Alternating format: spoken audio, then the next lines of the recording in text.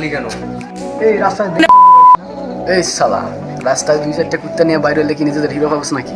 হ্যাঁ, এই শালা একদম কথা বলবি না, একবার পুঁতে দেবো।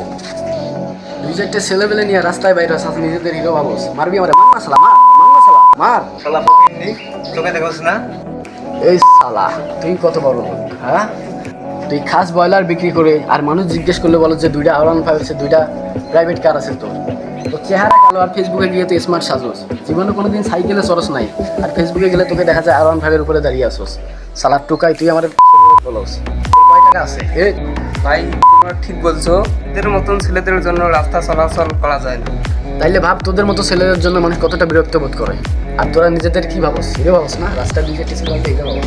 তোরা তো আসলে টুকাই। কারণ তোদের জন্য কোনো ছেলে মেয়ে একটা রাস্তায় বাইরে পারে না রাতের বেলা, ভয় পায়। বুঝছিস না? এইখানে যদি তোর বোন থাকতো না তাহলে ফিলিংসটা বুঝতি। তুই বুঝবি কেমনে? তুই তো ফিলিংস বুঝোস না। তোদের বোধহয় কোনো ফিলিংস নাই।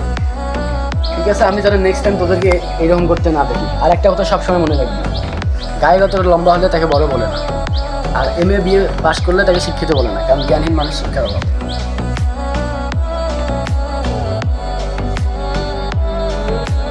আসলে ও যে কথাটা বলছে ঠিক করছে, আমাদের ভালো হওয়া উচিত।